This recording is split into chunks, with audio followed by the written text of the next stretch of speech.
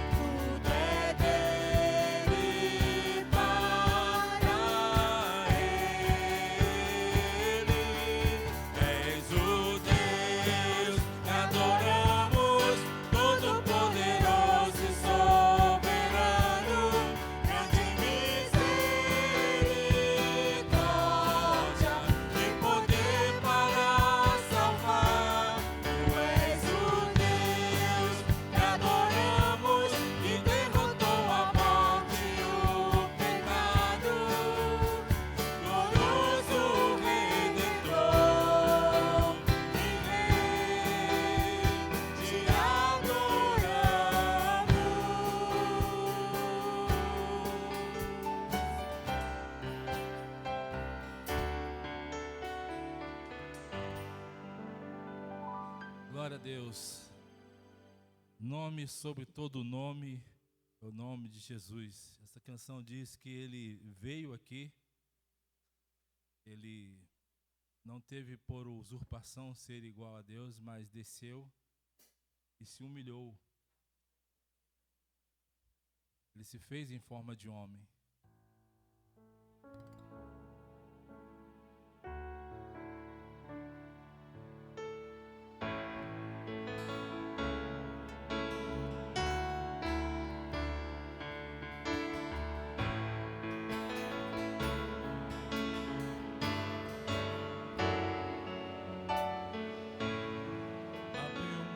Da sua glória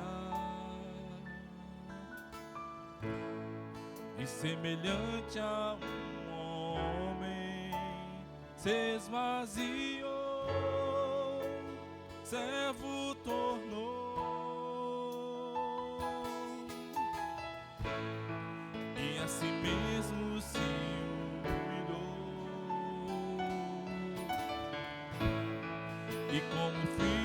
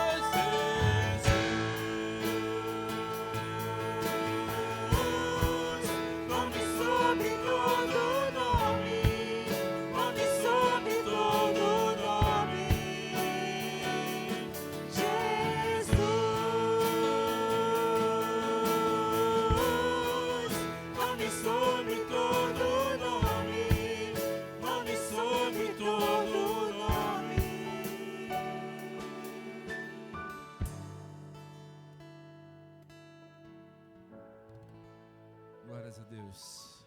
Quero convidar os irmãos a você acompanhar a leitura bíblica que vamos fazer em Mateus capítulo 18, versículos 10 a 14.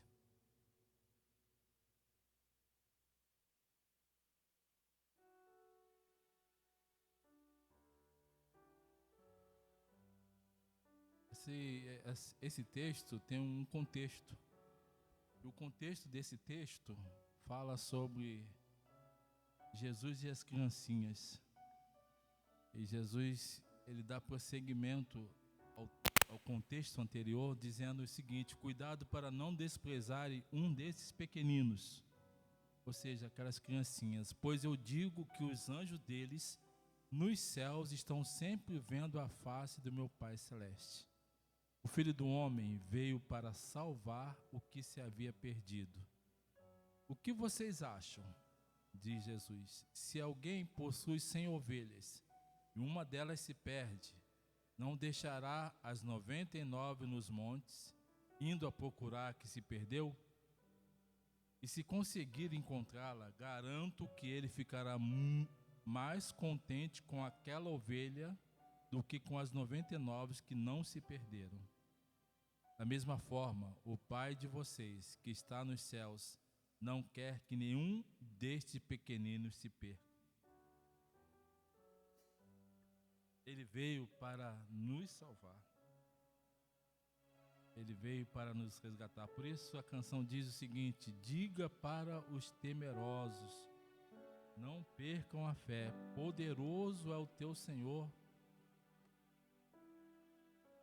Quando clamas o seu nome, ele então virá.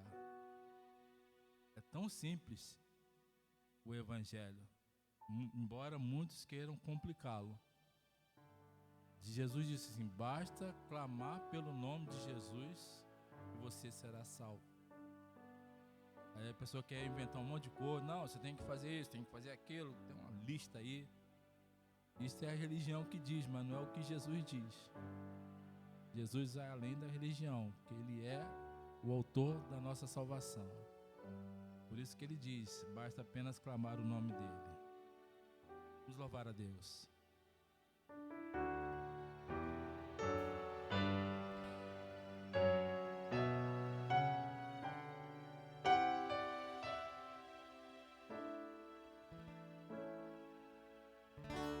Diga para os temerosos, não há nada a temer. Poderoso é o teu Senhor, quando clama seu nome, ele então virá. Ele vem pra te salvar, ele vem para te salvar. Diga ao cansado, o teu Senhor virá. Ele vem para te salvar, ele vem pra te salvar, ele vem para te salvar. Contempla o Senhor e te levantarás, ele vem para te salvar.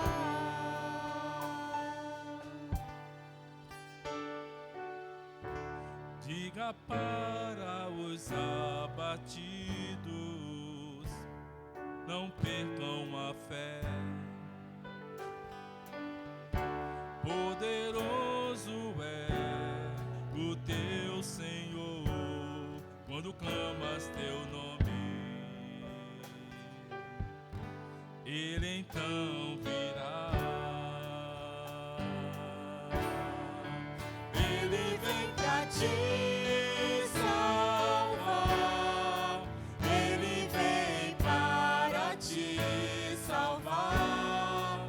Diga ao cansado, o teu Senhor virá, ele vem para te salvar. Ele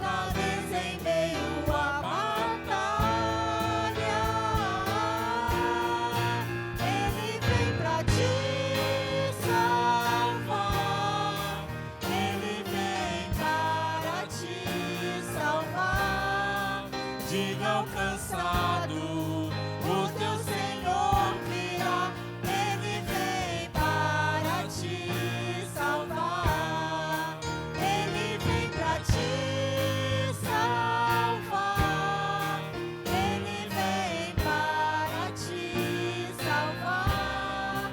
Contempla o Senhor e te levantarás, Ele vem para te salvar.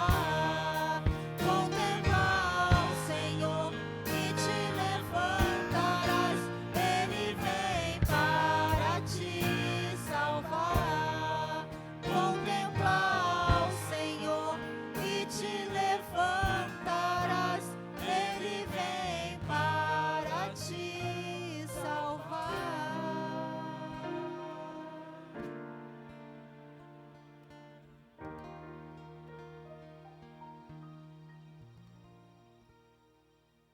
Amém? Ele vem para te salvar. Então, vamos nesse momento, então, quero convidar o missionário Patrick. Ele vai estar nos trazendo a reflexão, a mensagem para nós neste momento. Que Deus possa abençoar a sua vida e o Espírito Santo possa usá-lo poderosamente.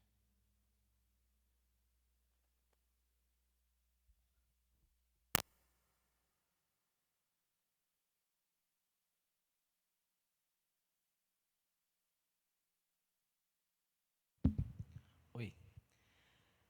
Graça e paz do nosso Senhor Jesus Cristo possa ser com o seu coração nesta manhã. A graça do Senhor veio para nos salvar. Então, hoje, dia 25 de dezembro, nós aqui vivendo, né, esse momento de Natal e escutando essa música, louvando junto com os irmãos, é impossível não lembrar do momento da minha salvação. Eu convido a você que está aí em casa a lembrar do dia da tua salvação.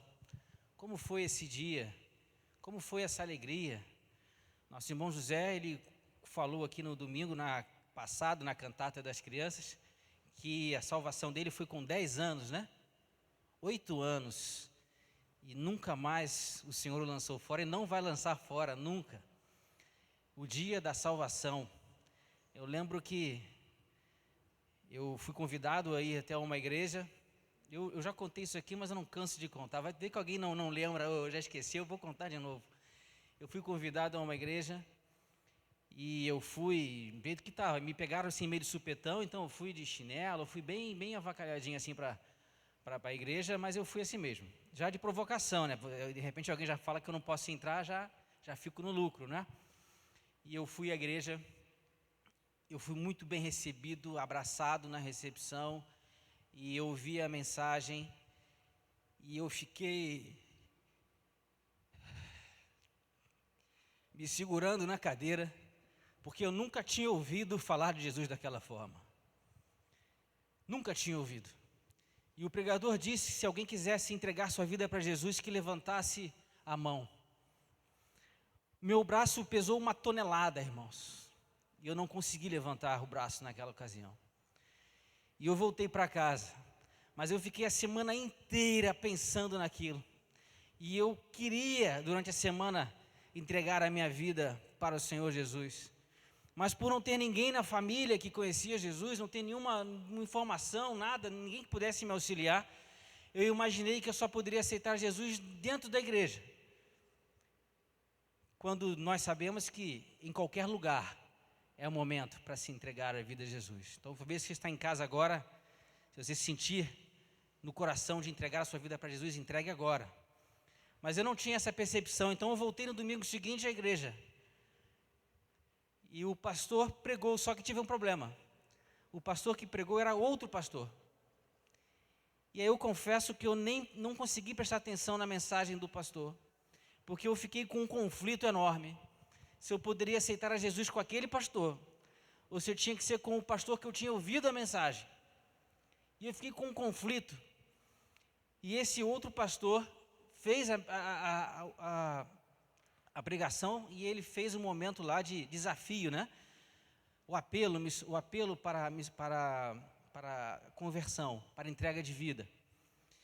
E eu entreguei a minha vida a Jesus naquele dia. Fiquei com um pouco de medo dele mandar eu abaixar a mão, porque eu tinha me convertido com a pregação do outro pastor.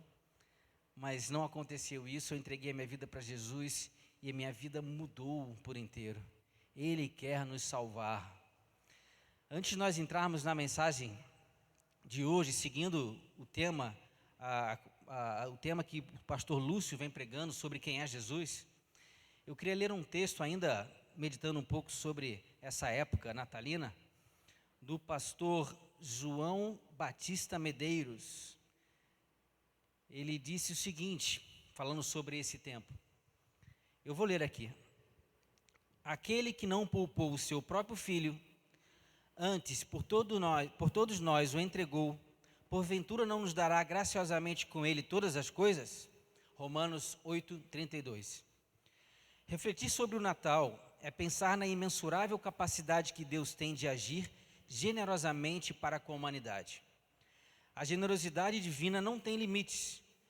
Quando vamos comprar um presente, um mimo para alguém, na maioria das vezes consideramos a nossa capacidade financeira. Observamos os limites do cartão de crédito, os mais maduros fazem isso, né? Os menos maduros vão consultar isso bem depois.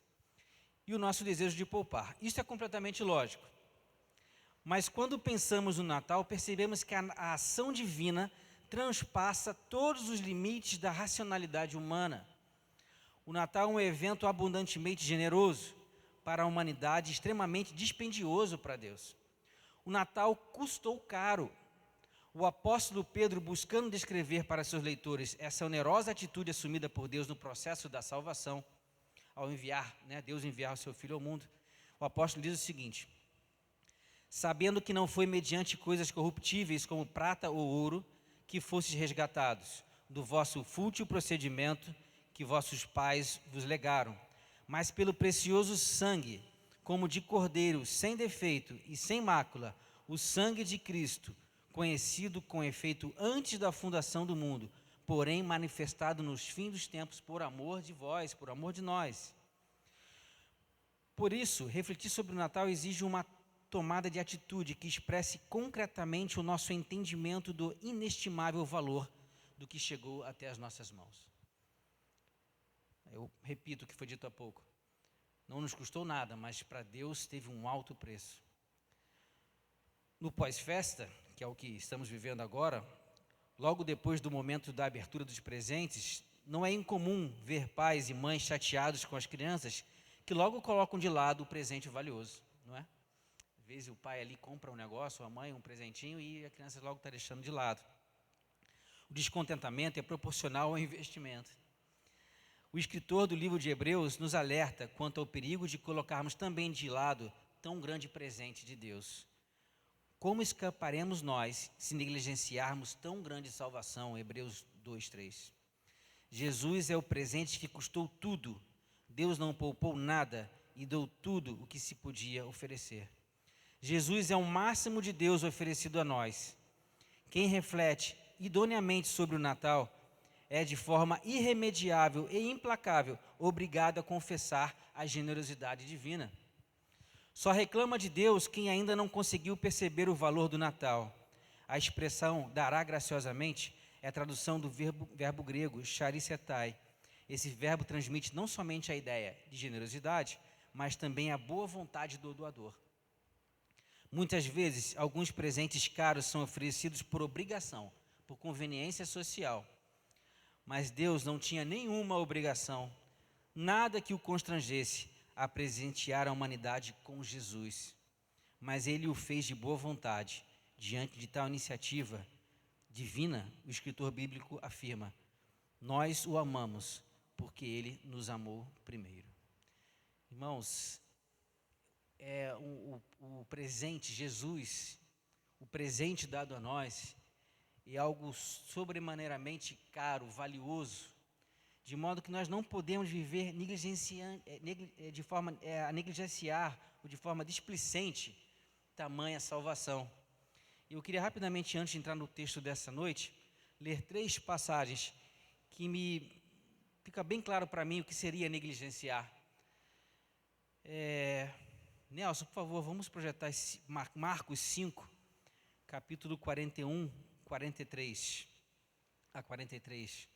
Marcos 5, 41 até o 43.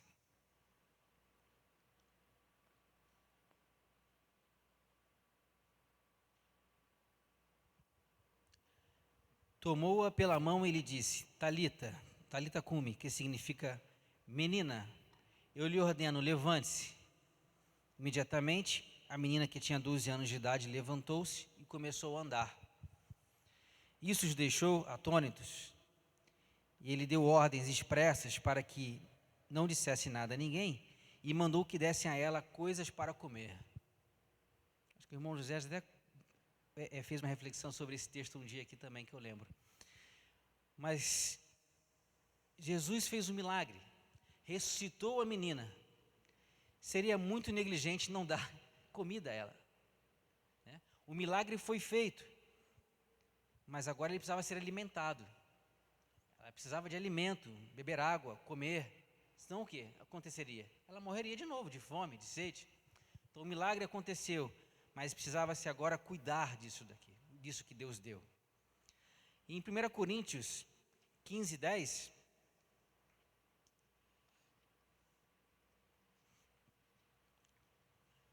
mas pela graça de Deus sou o que sou, e sua graça para comigo não foi inútil, ou não foi vã. Antes trabalhei mais do que todos eles, contudo não eu, mas a graça de Deus comigo. Receber tamanha salvação, viver de forma displicente, é como tornar a graça vã. E por último, 1 Pedro, capítulo 1, versículo 17.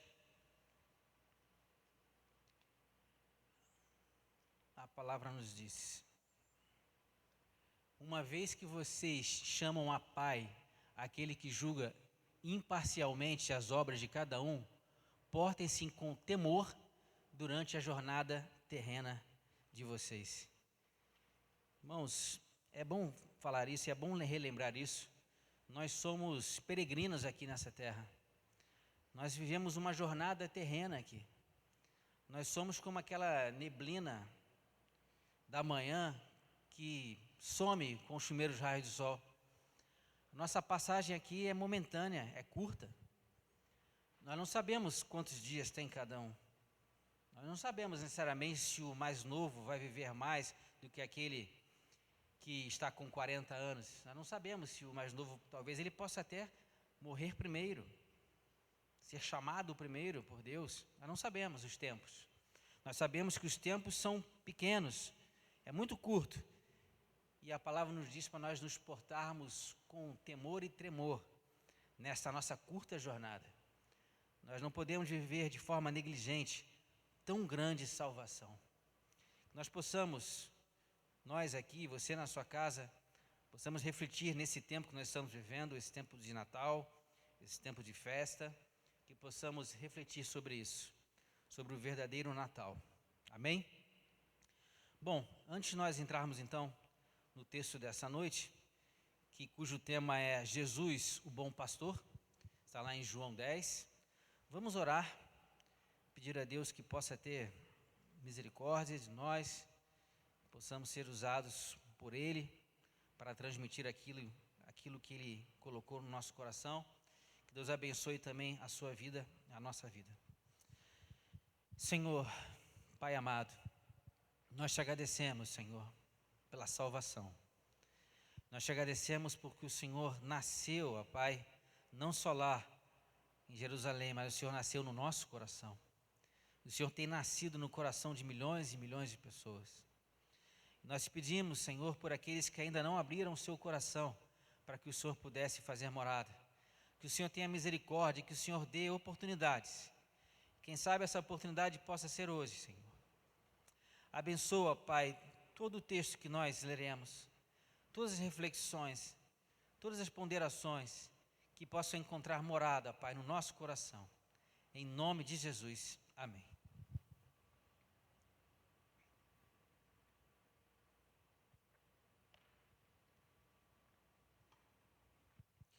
Então Então, convido o irmão e a irmã que está em casa a abrir o Evangelho de João, no capítulo 10,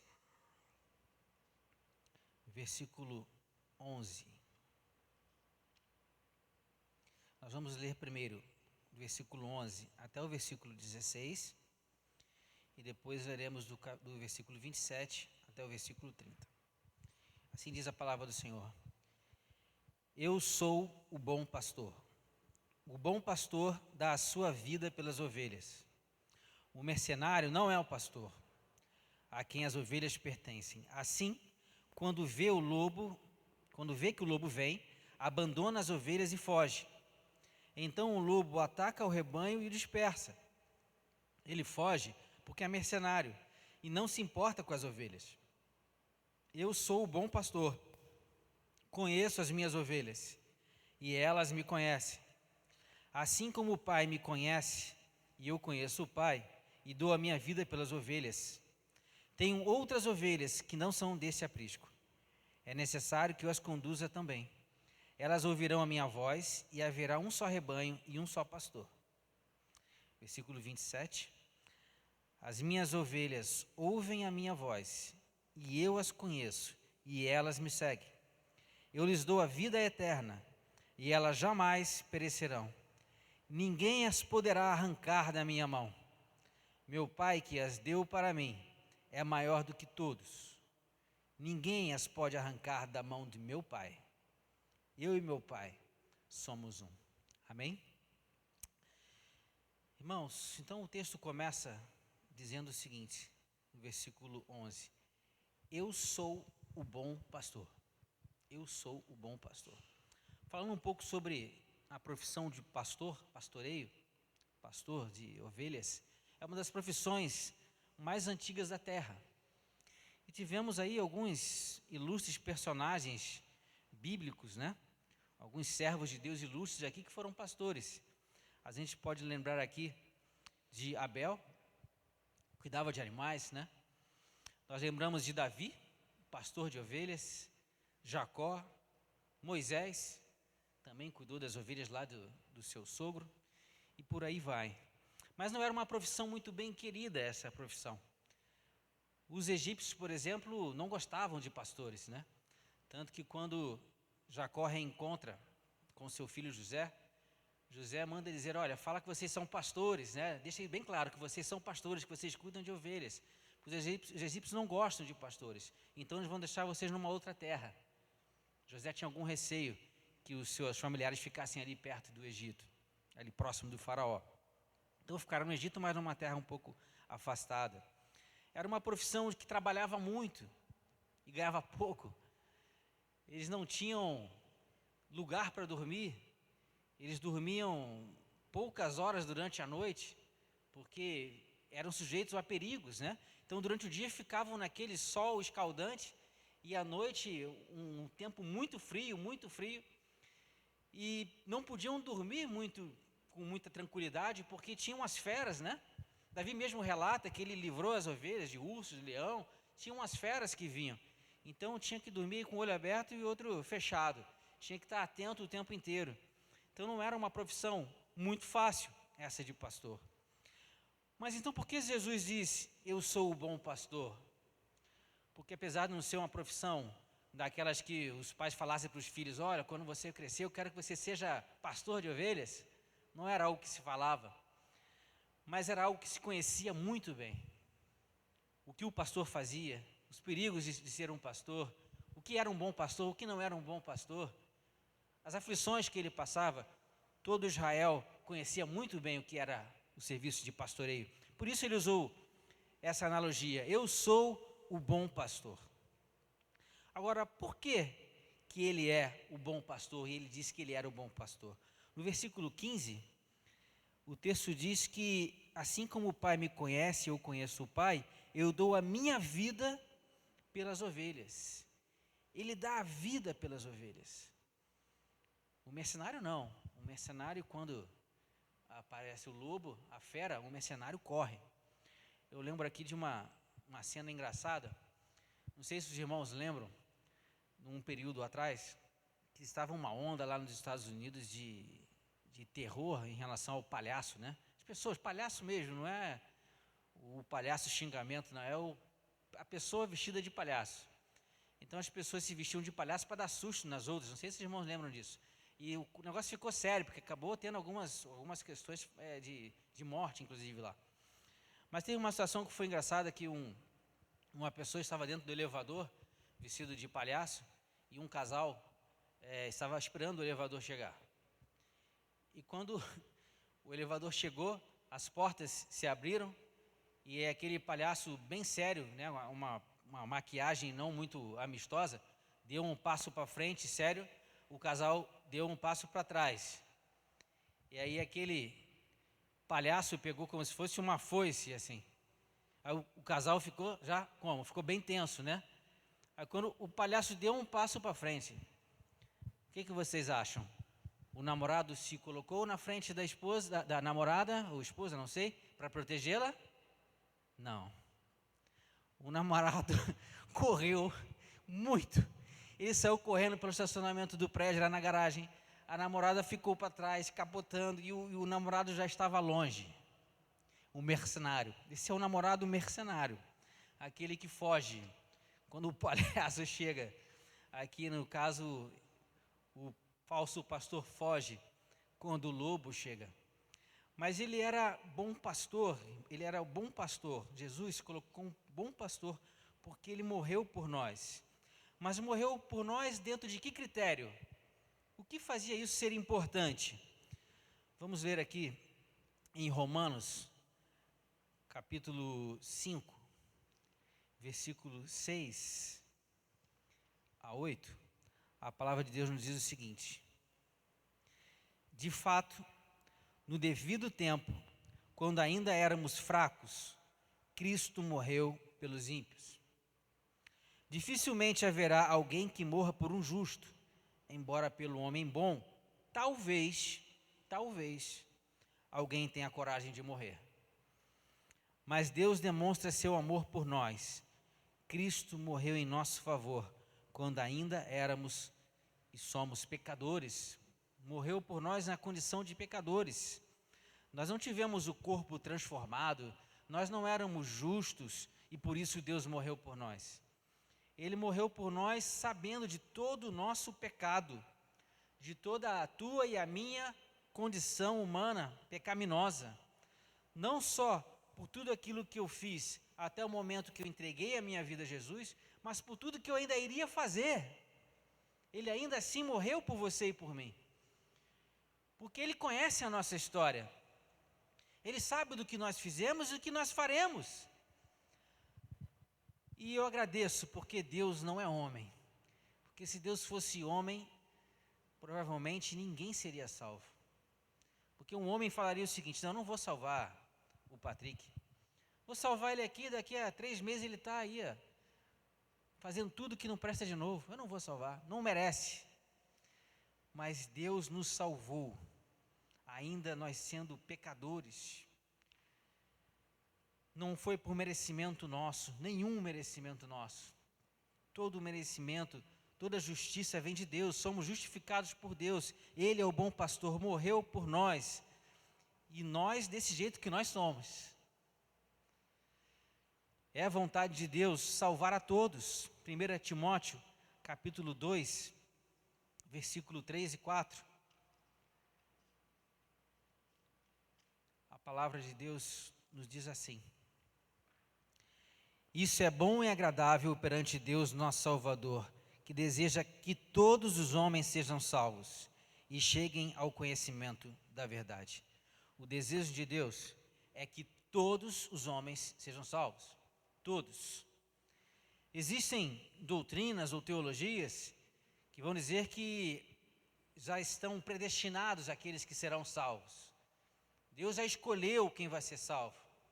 Eu tenho dificuldade de entender a predestinação relacionada à salvação, porque se Deus predestinou alguns para serem salvos, Ele predestinou alguns para não serem salvos. E esse texto diz que o desejo de Deus é que todos sejam salvos. O desejo de Deus é que todos se salvem, todos. A oportunidade está aberta para todos. Porém, o fato do desejo dele ser que todos se salvem, nem todos vão se salvar. João 3,16 diz que Deus amou o mundo de tal maneira que deu o seu Filho único para que todo aquele que crê não pereça, mas tenha vida eterna. Todo aquele que crê. Lógico, crer pela fé, é pela fé que se crê, mas existe uma ação do homem em crer. Todo o resto é obra do Senhor, nós não temos como fazer obra alguma para sermos salvos. Não é algum tipo das pessoas que crerem que poderão ser salvas, porque esse não seria mérito. Todo aquele que crer e que fizer isso, aquilo, e que, não existe que, não existe nada além do crer. É como foi dito aqui nos louvores, é apenas crer. A nossa única ação é crer no Senhor Jesus, e assim nós seremos salvos. Como o irmão bem disse, os homens tentam dificultar isso ao máximo, né? Criam simpatias, criam ordenanças, né? Os muçulmanos, eles têm que ir a Meca uma vez na vida, eles têm que orar sistematicamente 5 vezes por dia, eles têm que lavar as mãos, e só pode, para cortar a unha, tem que cortar a unha virado para a Meca, e uma série de situações para poderem serem, teoricamente, salvos. Mas a salvação é pela graça. A salvação é somente através de Cristo. Até porque, se nós formos lá visitar o túmulo lá em Meca, Maomé está lá. Mas se nós formos visitar, glória a Deus, o túmulo em Jerusalém, o nosso Senhor não está lá. Ele vive. Então somente Ele pode garantir a salvação. Nenhum outro pode garantir. Porque todos os outros que falam de salvação estão mortos. Se sabe onde eles estão. Seus ossos estão guardados. Seus ossos são cultuados. Mas o nosso Deus não. Na porta de Jerusalém lá, disse, Ele não está aqui. Ele vive. O nosso Senhor não está aqui. Ele vive. Ele é ainda o bom pastor, porque Ele nos protege, irmãos. Assim como um pastor, ele tem um cajado e uma vara, né? Ele nos protege.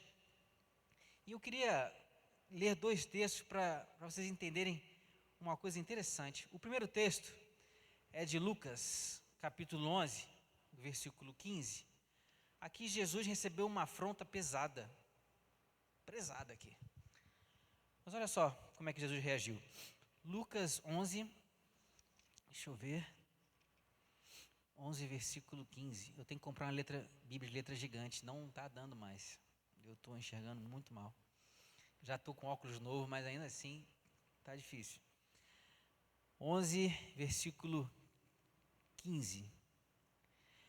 Mas alguns deles disseram, relacionado a Jesus, é por Beelzebu, o príncipe dos demônios, que ele expulsa demônios. E aí no versículo 19, Jesus disse, se eu expulso demônios por Beelzebu, por quem expulsam os filhos de vocês? Por isso eles mesmos estarão com juízo sobre vocês. Mas ele respondeu ali, né? Com sobriedade, né? Ali com um jogo de palavras, com certa tranquilidade. Nós ficamos, na verdade, muito preocupados quando nosso Deus é afrontado, né? Nós saímos na defesa. Às vezes as pessoas fazem abaixo-assinado, querem enviar para o STF. Meus irmãos, o dia que Deus precisar do STF para proteger ele de alguma coisa, aí é o fim. Aí é o fim. Rasguem a Bíblia e aproveitem a vida. Que o dia que Jesus precisar de abaixo-assinado para o STF fazer uma lei para proteger o Evangelho, proteger a sua obra, é o fim. Salmos capítulo 2, versículo 1 a 4 diz assim, porque se amotinam as nações e os povos tramam em vão. Os reis da terra tomam posição e os governantes conspiram unidos contra o Senhor e contra o seu ungido. Mas no versículo 4, a palavra diz: do seu trono nos céus, o Senhor põe-se a rir e a caçoar deles. Os reis se levantam, os governos se levantam, querem destruir tudo aquilo que aponta para o Evangelho e para Jesus, mas o Senhor ri. O Senhor ri. O dia que o homem puder colocar Deus em motivo de preocupação, Ele não é mais o nosso Deus. Mas reparem agora, então nós lemos aqui uma afronta que foi feita contra Jesus. Você é Beelzebu. Ele respondeu daquela forma. Agora olhem quando a afronta é com a gente. Olhem quando afrontaram os discípulos. Marcos, Evangelho de Marcos, capítulo 7. Marcos, capítulo 7, versículo 1. Os fariseus e alguns dos mestres da lei, vindos de Jerusalém, reuniram-se a Jesus e viram alguns dos seus discípulos comerem com as mãos impuras, isto é, por lavar. Os fariseus e todos os judeus não comem sem lavar as mãos, cerimonialmente, apegando-se assim à tradição dos líderes religiosos. Quando chegaram da rua, não comem sem antes de lavar e observam muitas outras coisas. Então os fariseus e os mestres da lei perguntaram a Jesus, afrontando a Jesus? Não, os discípulos. Por que os seus discípulos não vivem de acordo com a tradição dos líderes religiosos, em vez de comerem um alimento com as mãos impuras? E ele respondeu: bem profetizou Isaías acerca de vocês, hipócritas. Como está escrito, este povo me honra com os lábios, mas o seu coração está longe de mim. Não me adoram, em vão me adoram os seus ensinamentos, não passam de regras ensinadas por homens. Olha como Jesus ficou bravo aqui. Ele ficou irritado aqui. Por quê? Porque afrontaram os seus discípulos. Irmãos, não tentem se vingar. Duas coisas. Primeiro, não tentem vingança. Porque a Bíblia diz que isso é coisa de Deus, isso pertence a Deus. Não precisamos disso. O Senhor já fica sobremodo irritado quando alguém mexe com você, sabia? Se alguém mexe com você, Deus se irrita profundamente, porque está mexendo com alguém que foi marcado, que foi selado pelo Espírito Santo. O Espírito Santo é o selo da salvação. Nós somos selados. Querem aí fazer passaporte disso, passaporte daquilo, e outras coisas para lá, outras coisas para cá, sem entrar no mérito, mas nós já temos um passaporte da salvação, sabia? É o selo do Espírito Santo. E quando alguém mexe com alguém que tem esse selo do Espírito Santo, Deus se irrita profundamente. A segunda coisa é, não precisam defender a Deus, não precisamos defender a Deus. Ele ri, Deus ri quando alguém acha que pode afrontá-lo. Agora, dois alertas que o texto diz lá de João, irmãos. Aí em João capítulo 10, tem um alerta. O primeiro alerta é o versículo 12, que é em relação ao mercenário. Como nós já dissemos, o mercenário, ele está ali se fazendo como um falso pastor. Cuidado com esse. Nós temos que dar graças a Deus que estamos aqui, debaixo do pastoreio terreno do pastor Lúcio, um pastor que está aqui entregando, dando a sua vida, o seu suor aqui, a sua dedicação total a esta igreja.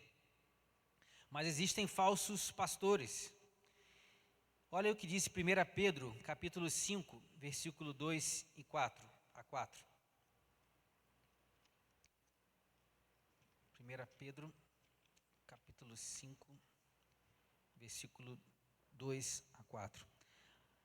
Falando aqui para os presbíteros, Paulo diz: pastoreiem o rebanho de Deus que está nos seus cuidados.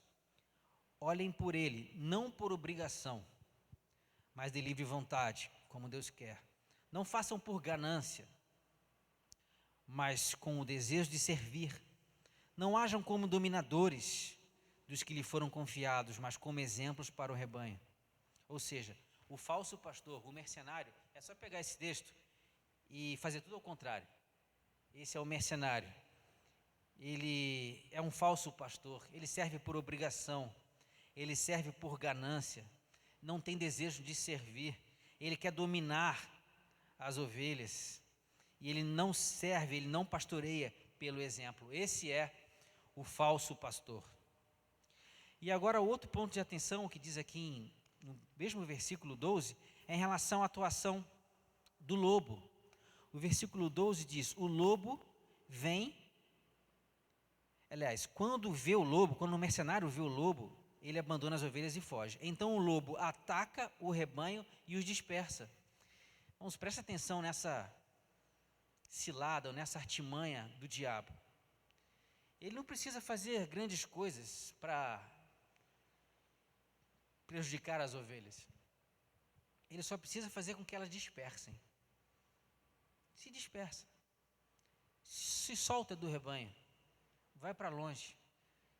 Tem aqueles programas, né, de vida animal. Eu não gosto muito de ver. Eu só gosto de ver quando o búfalo lá se dá bem, quando aquele bichinho lá mais frágil se dá bem. Mas quando o devorador lá pega o bichinho, eu já troco. Quando eu sinto que não vai dar para ele, eu já troco o canal antes.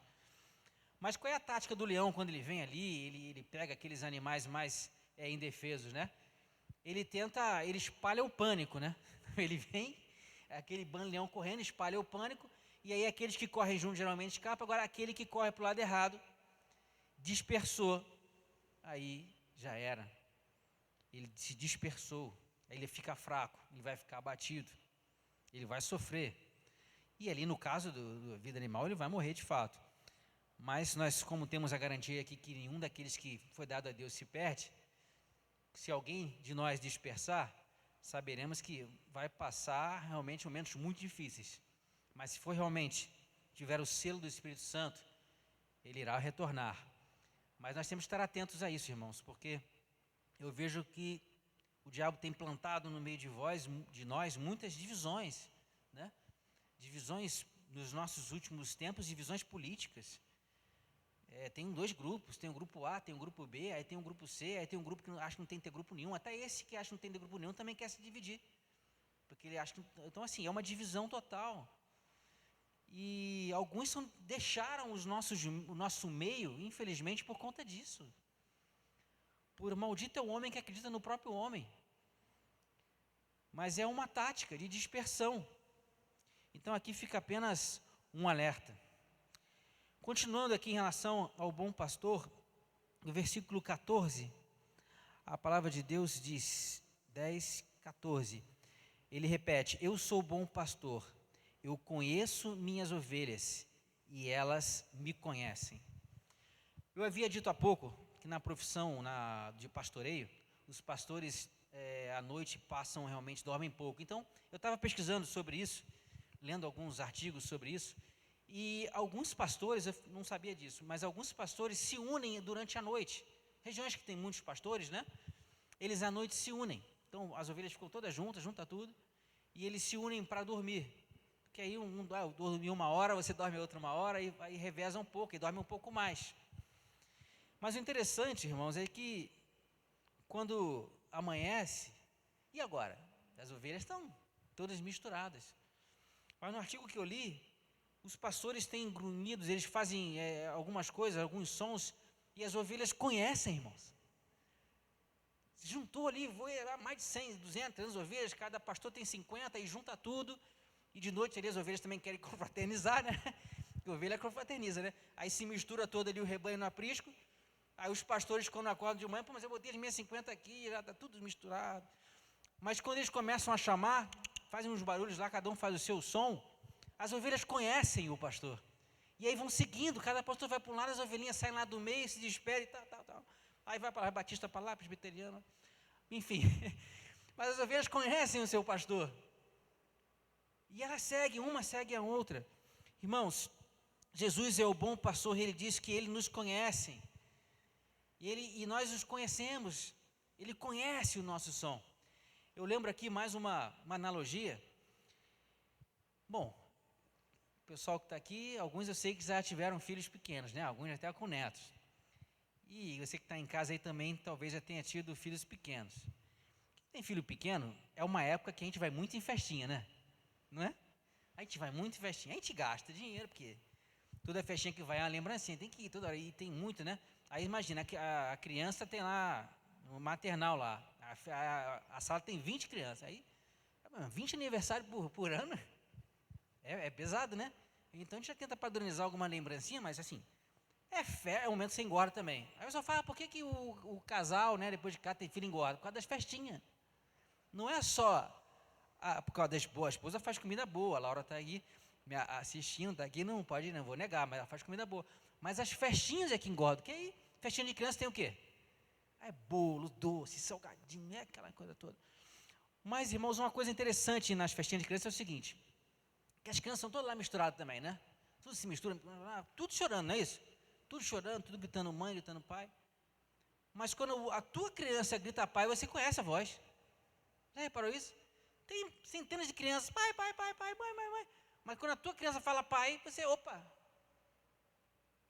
Só faltava alguém falar assim, como você sabe, todos falam pai, como você sabe que é o seu? Não, o chamado é diferente. Esse aqui é a minha filha, o meu filho. Nós conhecemos. Assim também é o Senhor. O Senhor nos conhece. Quando nós clamamos por Ele, Ele nos conhece. Ele conhece a nossa voz. Alguns ficam preocupados, não pode chamar Jesus, porque não é Jesus, porque é Yahvé, porque é o nome não sei o quê, ele quer que ficam dando os nomes, não, só pode chamar de Adonai. Não. Pode chamar de qualquer coisa, Ele conhece a voz. Não importa isso. Ele conhece o teu coração. Você chamou, Ele conhece a tua voz. E o texto diz que nós também conhecemos a voz do pastor. Aí que está. Conhecemos mesmo? Como é que a gente sabe se a gente conhece? Aí o versículo 27 diz o seguinte, repetindo, né, que as minhas ovelhas ouvem a minha voz, eu as conheço e elas me seguem. Aquele que conhece a voz do Senhor, segue. Lembro daquele jovem que chegou até Jesus, também o chamou de bom, mas não de bom pastor, mas chamou de bom mestre. Bom mestre, né? O que devo fazer para herdar a vida eterna? Jesus, conhecendo o coração dele, conhecendo que o coração dele estava na riqueza, disse, uma coisa você tem que fazer, porque ele tinha dito, né, não, eu já faço tudo, né, eu faço isso, faço aquilo, papapá. Não, mas uma coisa te resta fazer, o quê? Vende tudo que você tem, dá aos pobres e me segue. Ele ouviu a voz do Senhor, sabia que ele era bom, sabia que era o mestre, foi até ele, mas na hora de seguir, não seguiu. Então, o texto diz que ele nos conhece, nós o conhecemos, só que nós temos que o seguir. Esse aqui é como se fosse um carimbo daqueles que de fato conhecem o pastor. Porque ouvir, ter um sentimento, sentir um arrepio, senti um arrepio hoje na pregação, que bom, né? É gostoso, é a presença de Deus, é gostoso isso, a gente chorar e tudo mais. Mas sente arrepio, chora, dá 3 pulos, rodopia, mas aí depois não segue a Jesus. No dia a dia da semana não segue a Jesus. A ponto de se você comentar com algum conhecido, por um acaso, nessas Jesuicidências que acontece, você fala, eu conheço, ele é crente lá da igreja. A outra pessoa vai falar assim, crente? Ele é crente? Da tua igreja? Já não vou lá. Já é um motivo para não ir lá. Porque não segue ao Senhor. É a turma do arrepio. Não é a turma que segue ao Senhor. E aí um motivo aqui para nós nos alegrarmos também, irmãos, nesse texto, é no versículo 16, quando o bom pastor diz, tenho outras ovelhas que não são deste aprisco. É necessário que eu as conduza também. Irmãos, é o mesmo termo no original que Jesus diz lá no João capítulo 4, quando ele diz, é necessário que eu passe por Samaria. Que ele tinha ali uma obra para fazer. Em João capítulo 4, versículo 42, depois que ele foi em Samaria, se ouviu pela primeira vez o seguinte, e disseram à mulher, aquele povo, os samaritanos, agora cremos não somente por causa do que você disse, pois nós mesmos o ouvimos e sabemos que este é realmente o Salvador do mundo. Amém. O bom mestre estava falando ali, o bom pastor para os judeus, mas ele disse, mas olha, existem outras ovelhas, que não são desse aprisco aqui de Israel, mas eu vim para elas também, para você, veio para mim, e para você que está aí nos assistindo, ele veio também para nós, para nos salvar. Lá em Efésios capítulo 2, não vou ler agora, o tempo está contra mim. Efésios 2, versículo 11 e 18, vai dizer que Deus fez de dois um só povo. Aqueles que estavam perto, que eram os israelitas, aqueles que estavam longe, os gentios, Deus formou e fez um só povo. Já que o Nelson abriu rapidamente, então bota só o versículo 18, que é o resumo. Pois por meio dele, tanto nós como vocês temos acesso ao Pai por um só Espírito. Tanto nós e vocês, falando do povo de Israel, como os gentios. O bom pastor veio para todos nós. E o versículo 28, já fechando aqui a mensagem, não poderia ser diferente, Jesus diz, versículo 28, isso, 28? 28. Eu lhes dou a vida eterna, e elas jamais perecerão. Ninguém as poderá arrancar da minha mão. Meu Pai, que as deu para mim, é maior do que todos. Ninguém as pode arrancar da mão do Pai, nem de mim. Por quê? Eu e o Pai somos um. Irmãos, isso dá uma serenidade, isso dá uma tranquilidade, não ao ponto de vivermos de forma negligente, como a gente falou aqui no início.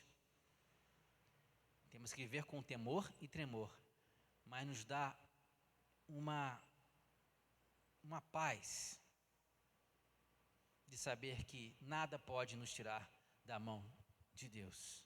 Nada pode. Bom, e para encerrar aqui essa meditação, eu queria já ir pedindo para os irmãos do louvor vir aqui em cima. Nós vamos cantar a música Ele Continua Sendo Bom, mas antes eu queria que você escutasse com atenção 3 áudios. Eu vou explicar os 3 áudios antes de serem postos aqui. Vou explicando conforme eles vão sendo colocados. Tenho certeza que quando você ouvir esses áudios, nós vamos cantar, até o pessoal que está aqui no louvor, vamos cantar essa música com mais força ainda. O primeiro áudio foi me passado por um grupo. Eu tenho um grupo de WhatsApp dos universitários de quando eu estudei lá no século passado. Nós mantemos contato e um grupo de oração. E uma das irmãs, a irmã Sandra, na comunidade lá de Rio das Ostras, e que ela nos chama carinhosamente de família, vocês vão escutar no áudio, ela faz um pedido de oração muito sério. Ela mandou esse pedido de oração na quarta-feira à noite. Vamos ouvir o primeiro áudio. Ô família, boa tarde, graça e paz. Meus irmãos, queria pedir oração a vocês pela vida da minha irmã. Minha irmã se chama Ruth, ela mora nos Estados Unidos, já uma das, né? São várias irmãs, mas essa se chama Ruth, mora nos Estados Unidos já há muitos anos, e essa madrugada ela sofreu um infarto e está no hospital, no CTI, e ela fizeram uma ressonância nela e os médicos não estão achando atividade cerebral. Ela está sendo mantida dos aparelhos, pediram para que a família fosse para lá. Então, eu tenho uma outra irmã que mora lá, num outro estado, e está indo para lá agora. Tenho sobrinhos que não são filhos. Esse primeiro áudio, a irmã pede oração, porque a sua irmã Ruth teve um infarto e perdeu a atividade cerebral total. Os médicos, então, já orientando que os familiares fossem para lá, porque não tinha mais nenhuma expectativa de vida. Isso foi quarta-feira à noite. Na quinta-feira, pela manhã, ela nos deu um novo report, que é o segundo áudio. Boa tarde, família, graça e paz. Então, hoje, a minha outra irmã, que mora lá nos Estados Unidos também, foi para lá e estava lá no CTI com a minha irmã Ruth, e ela fez uma chamada de vídeo, eu pude orar com ela lá pela minha irmã, e quando foi agora, ela me disse que minha irmã começou a apresentar sinais, né? Mexeu um pouco a cabeça, mexeu o pé, então eu creio que o poder de Deus está agindo na vida da minha irmã.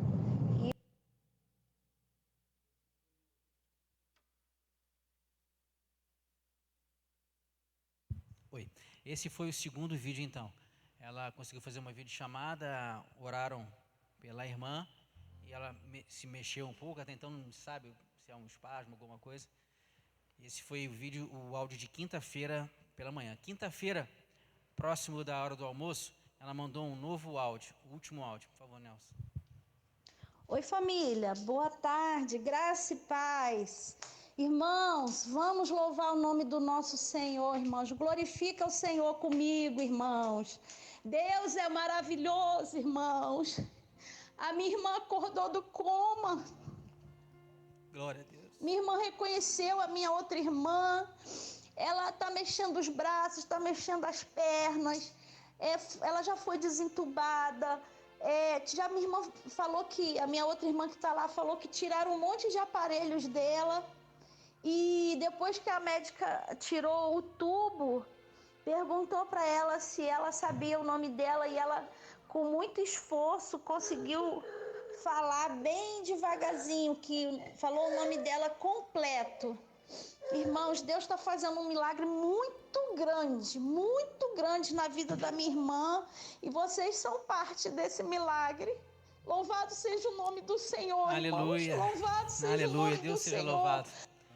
Irmãos, esse é o nosso pastor, o bom pastor, e ele continua sendo Deus, ele continua sendo bom. Vamos louvar a Deus com toda a força.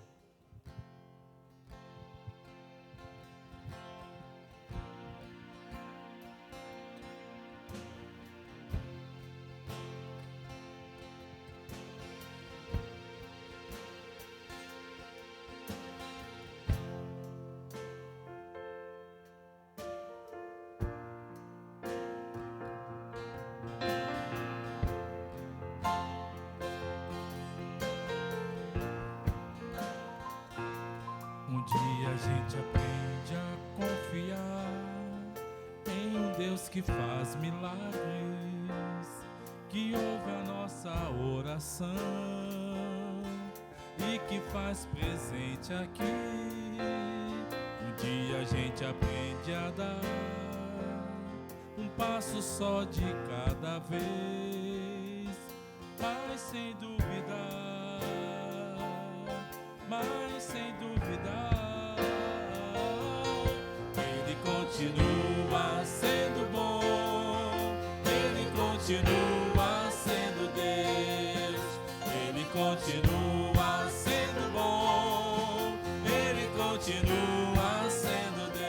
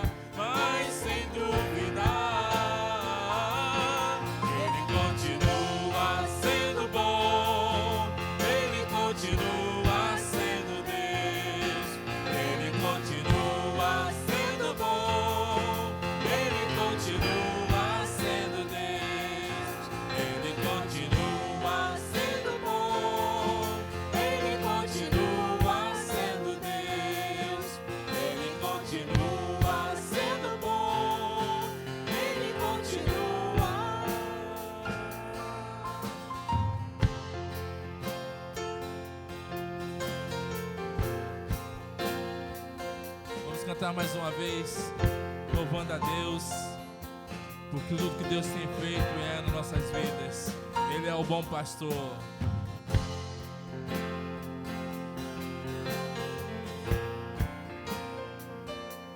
Um dia a gente aprende a confiar em um Deus que faz milagres, que ouve a nossa oração e se faz presente aqui. Um dia a gente aprende a dar um passo só de cada cada vez, mas sem duvidar, mas sem duvidar, Ele continua sendo bom, Ele continua sendo Deus, Ele continua sendo bom, Ele continua sendo Deus.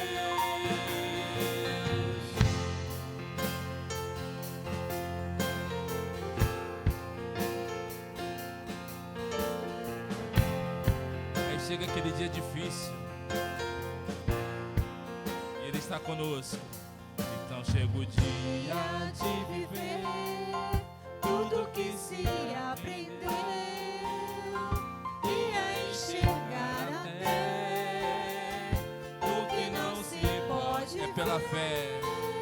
Chega o dia de entender, até ouvir o não de Deus, mas sem duvidar, não duvide, mas sem duvidar, Ele continua sendo bom, Ele continua sendo Deus, Ele continua sendo bom, Ele continua sendo Deus, Ele continua sendo bom, Ele continua sendo Deus, Ele continua sendo bom, Ele continua.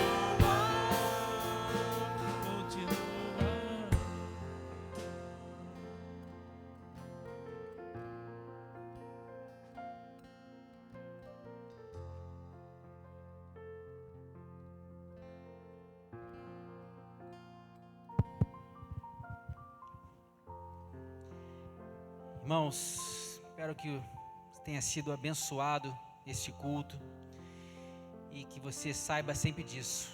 Nosso bom mestre, o nosso bom pastor, nosso Cordeiro de Deus, continua sendo bom, continua sendo Deus, continua fazendo milagres. Senhor, muito obrigado, Pai, por este culto. Obrigado por podermos louvar o Teu nome. Obrigado por tão grande salvação que o Senhor deu a nós. Obrigado porque o Senhor continua sendo Deus, porque o Senhor continua sendo bom, Pai. Que o Senhor possa nascer no coração de cada um que nos escuta, que nos assiste, que porventura ainda não tenha tido esse encontro com o Senhor. Que o Senhor possa dar essa oportunidade. Em nome de Jesus, Pai. Em nome de Jesus. Amém. Queridos irmãos, nós estamos chegando então ao final do nosso culto. Agradecemos a instrumentalidade do missionário Patrick, trazendo esse recado de Deus nessa manhã. Nós queremos dizer o seguinte: nós estamos chegando na última semana do ano e temos alguns recados aí para dar para vocês. Antes a gente vai falar sobre os aniversariantes. Um boletim, isso.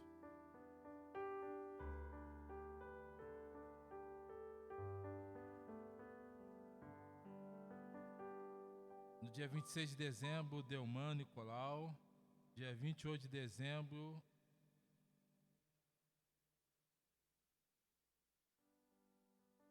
Joseli da Silva Dias. 30 de dezembro, Alberto Morderachvili. 30 de dezembro também a Joyce Carla. 30 de dezembro, Murilo. 1º de janeiro, irmã Lúcia Maria Maranhão. E dia 2 de janeiro, Thalita Morderachvili. Bastante lugar aí pra gente fazer uma festinha aí, né? Convida a gente, não se esqueça.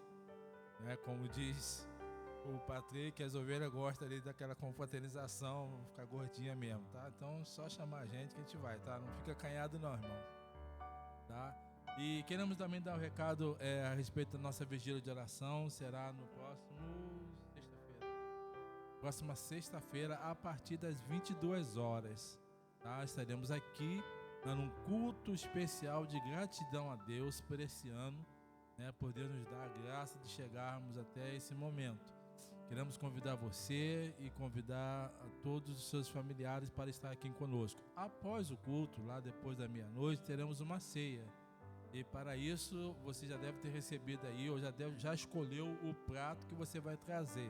É muito importante você lembrar que esse prato já tem que vir pronto, tá? Não é o prato vazio não, tá, irmã? É aquele pernil recheado, aquele peru, sei lá, o que você quiser trazer, mas assim, já vem completinho assim, em boa quantidade, tá?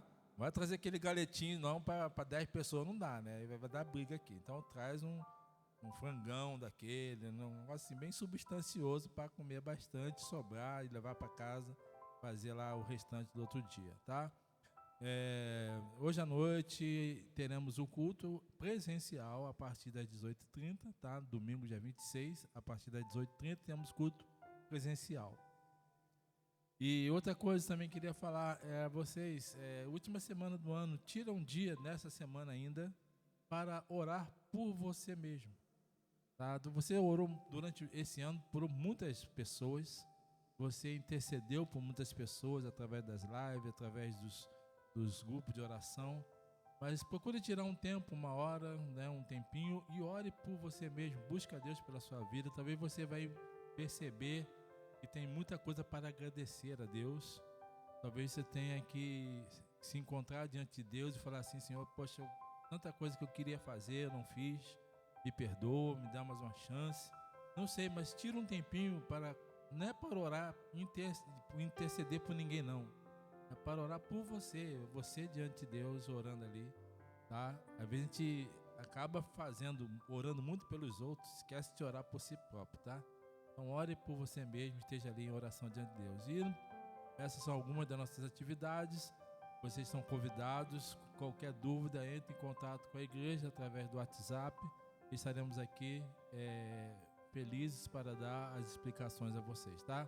Por mais que Deus possa continuar abençoando, né, a sua vida. Aqueles que estão em viagem, né, que Deus possa abençoar o seu retorno, tá? Que seja um retorno tranquilo, sem acidentes, sem incidentes. Faça a sua parte, né? Verifique o seu carro, aquela coisa toda, mas que não venha ninguém contra você inadvertidamente, para não te atropelar ali e causar nenhum acidente, tá? Por mais que a gente faça a nossa parte, por isso que nós oramos para que Deus te abençoe e Deus te guarde, tá? Que a graça do Senhor fique com você e com todos nós nessa noite, né? E nessa manhã, e fique feliz diante do Senhor. Nos encontramos logo mais no culto às 18h30. Vamos orar. Pai querido, muito obrigado por esse momento, obrigado por essa mensagem, ó Deus, vinda do céu para os nossos corações. Obrigado, Deus, pela instrumentalidade do teu servo, ó Deus, sendo usado pelo Senhor para transmitir esse recado tão importante. Ó Deus, para cimentar, ó Deus, fundamentar a cada dia mais em nosso coração a certeza, Deus, aquela convicção inabalável de que, ó Deus, o Senhor é o nosso pastor, de que o Senhor, ó Deus, nos toma pelas mãos e diz o Senhor mesmo que ninguém, ó Deus, há de tomar, ó Deus, do Senhor. Ó Deus, que possamos descansar, ó Deus, que possamos encontrar em Ti, ó Deus, a paz, o refúgio para o nosso coração. Ó Deus, nos dê uma semana, Deus, na Tua presença. Ó Deus, uma semana de graça, de vitórias, ó Deus, em nome de Jesus. Amém.